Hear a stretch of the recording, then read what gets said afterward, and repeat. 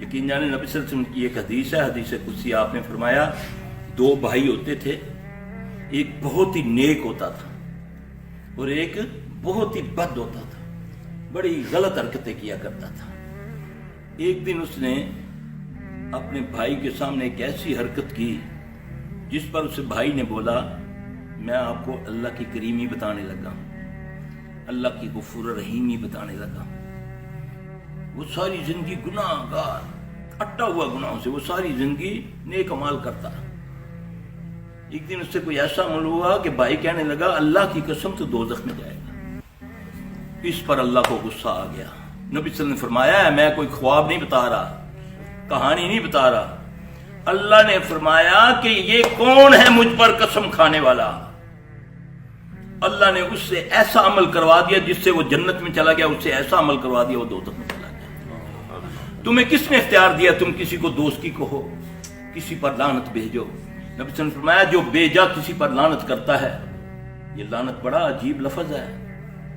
ایک ایسے اعمال ہیں جن پر نبی صلی اللہ علیہ وسلم لعنت کرتے ہیں، اللہ اس کے فرشتے لعنت کرتے ہیں۔ ایک وہ ہے کہ آپ صلی اللہ علیہ وسلم فرما رہے ہیں کہ بیجا کسی پہ لعنت نہ کرو۔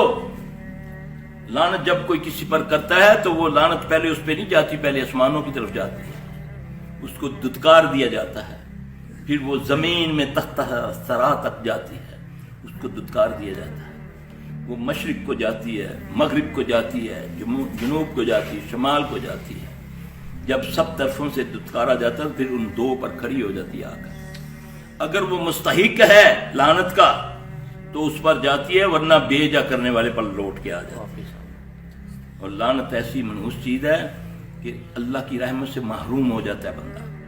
سب سے پہلے لعنت کس پر کی؟ میرے رب نے خود ابلیس پر۔ کیا فرمایا اللہ نے؟ وَإِنَّ عَلَيْكَ لَعْنَتِي إِلَىٰ يَوْمِ الدِّينِ، میں اللہ کی لعنت تجھ پر قیامت والے دن تک۔ کیا جس پر اللہ نہ کرے لعنت ہو پھر وہ رحمت سے محروم ہو جاتا ہے۔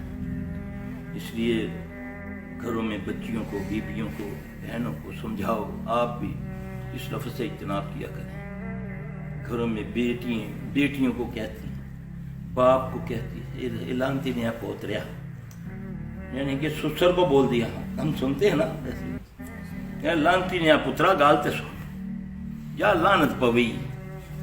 یہ اتنا حساس معاملہ ہے۔ ایک صحابی اپنی اہلیہ کو کہتے، میرے دوست نے آنا ہے تو ذرا میں آؤں گا منڈی سے، تو ذرا اس کو اچھے طریقے سے لونڈی کو بیچ کے بٹھانا۔ جب وہ آئے تو اس کا دوست باہر کھڑا تھا۔ اس کو غصہ آیا اہلیہ پر کہ یہ آیا ہوگا، اس نے دروازہ کھٹکھٹایا ہوگا لیکن اس نے نہیں اندر بٹھایا۔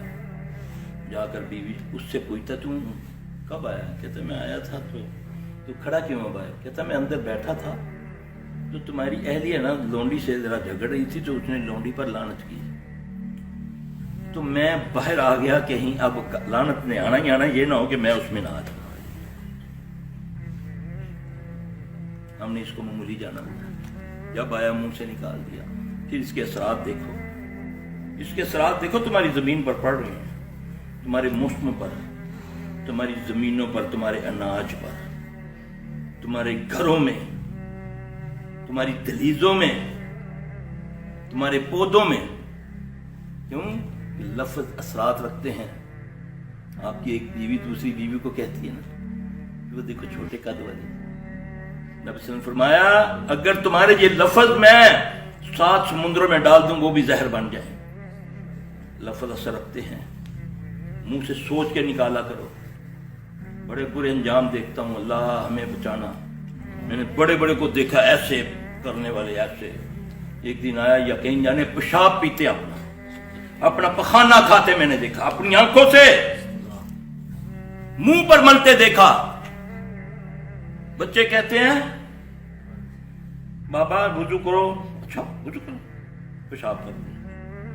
بچوں نے پکڑا، دھویا، جان نماز پر اٹھایا، اچھا نماز پڑھو، 5 وقت کا نمازی، اللہ اس کی مغفرت کرے۔ جان بوجھ کے پخانہ نکال دیا، جان نماز پر گھوم کے اس کو پھیلا دیا۔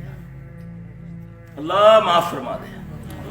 کچھ بھی کسی وقت بھی ہو سکتا ہے، اس کو بچاؤ۔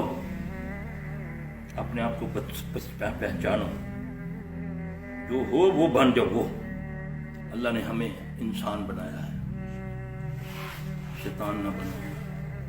انسان بن کے رہیں گے انشاءاللہ مصیبتیں ہم سے بھاگیں گی. اللہ کا ذکر زبانوں سے ہوگا تو انشاءاللہ العزیز شیطان کا ذکر نہ کیا کرو. شیطان کا ذکر گانا ہے، غیبت ہے، جھوٹ ہے. اس سے شیاطین، اس سے جن شیاطین قوت پکڑتے ہیں. جب تم اللہ کا ذکر مسنون سبحان اللہ پڑھا کرو، الحمدللہ پڑھا بغیر گنے پڑھا کرو، لا الہ الا انت سبحانک انی کنت من الظالمین، یہ پڑھا کرو. دیکھو اس کے اثرات کیا آتے ہیں. ان چیزوں سے اجتناب کرو، سمجھاؤ لوگوں کو، اس کو بولو یار نہیں ایسا نہیں کرتے، یہ بات نہ کہا.